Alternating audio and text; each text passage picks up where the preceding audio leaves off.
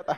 तो भारत शुरू से महान रहा है। जब भी किसी देश को सताया गया है तो वहां के लोग भारत में आए हैं, स्पेशली धार्मिक कारणों से। जब सताया गया है तो जब कभी आपके ऊपर धर्म के हिसाब से अत्याचार होता है तो इसे रिलीजियस परसिक्यूशन कहा जाता है। टेक्निकल वर्ड याद रखना है, क्या जी?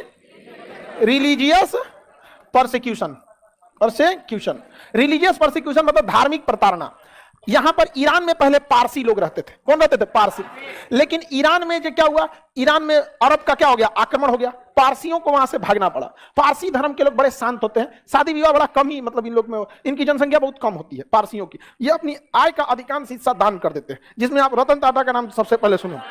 सैल्यूट उस इंसान, मतलब देश के लिए बहुत, जितना उन्होंने दान दिया ना, उसको टाटा ने जितना दान दिया है ना, उतना में कितना बिलियनियर लोग खड़ा हो जाएगा वहां पे।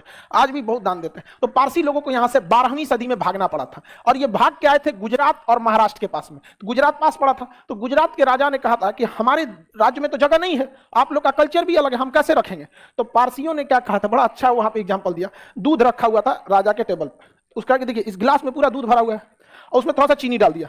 कहा कि जिस तरह से इस गिलास भरे में कोई जगह नहीं था, लेकिन चीनी इसमें समा गया, पूरा घुल मिल गया और इसके स्वाद को भी बढ़ा दिया। हमें भारत में जगह दीजिए, हम भी इसमें घुल मिल जाएंगे, कोई तकलीफ नहीं देंगे, बल्कि भारत को और आगे बढ़ाने में सहयोग करेंगे।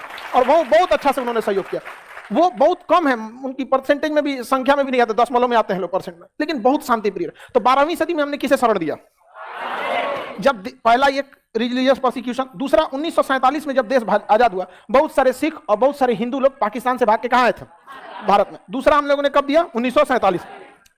1959 में चाइना ने तिब्बत पर आक्रमण कर दिया। कहां आक्रमण किया? बहुत सारे तिब्बत के लोग भारत में आ गए और रिफ्यूजी कैंप बनाया गया था।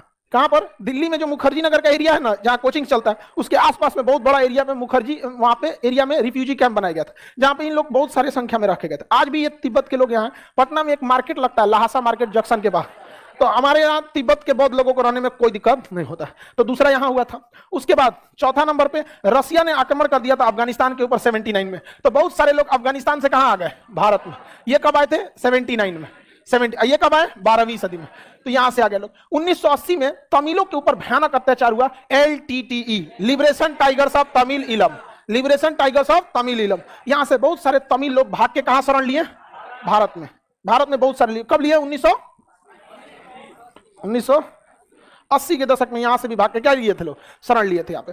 1971 में बांग्लादेश से जब लड़ाई हुआ था, तो बांग्लादेश में बहुत भयानक अत्याचार हुआ। पाकिस्तान अपना ही उसका देश था बांग्लादेश, बंगालियों को कहता था तुम किसी काम के नहीं है, क्योंकि वो बंगाली बोलते थे, ये अपने आप को श्रेष्ठ सोचते। इसकी सेना अपने ही देश में घुस के ऑफिशियली 30,000 महिलाओं का रेप किए थे सब। इसकी सेना खुद अपने देश की, ये किसी के नहीं है। अगर आपको लगता है कि मतलब नहीं, ऐसा बात नहीं बोलना चाहिए, तो उनको इतिहास के बारे में जानकारी नहीं है। समझ में आ गया कि नहीं आ गया? ये अपने ही देश के। और लॉजिक क्या दिए थे?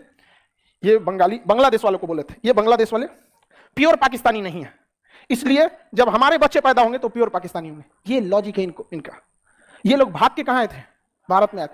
और इतने करोड़ों की संख्या में लोग शरण लिए थे। हमारी चौथी पंचवर्षीय योजना इनको शरण देने के चक्कर में विफल हो गई, अनाज कम पड़ गया था। लेकिन भारत किसी भी देश का नाम एक दिन में नहीं हो सकता है। कहा जाता है Rome was not built in one day.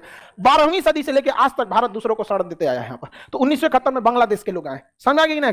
2015 में म्यांमार से मारा गया किसको? रोहिंग्या को। तो रोहिंग्या 2015 में कहां शरण लिए? हाँ, भारत। यहां से ये मामला तेज पकड़ लिया रोहिंग्या से। ধন্যবাদ। লাইক, শেয়ার আর সাবস্ক্রাইব করতে ভুলো না আরো তথ্যের জন্য। আবার দেখা হবে।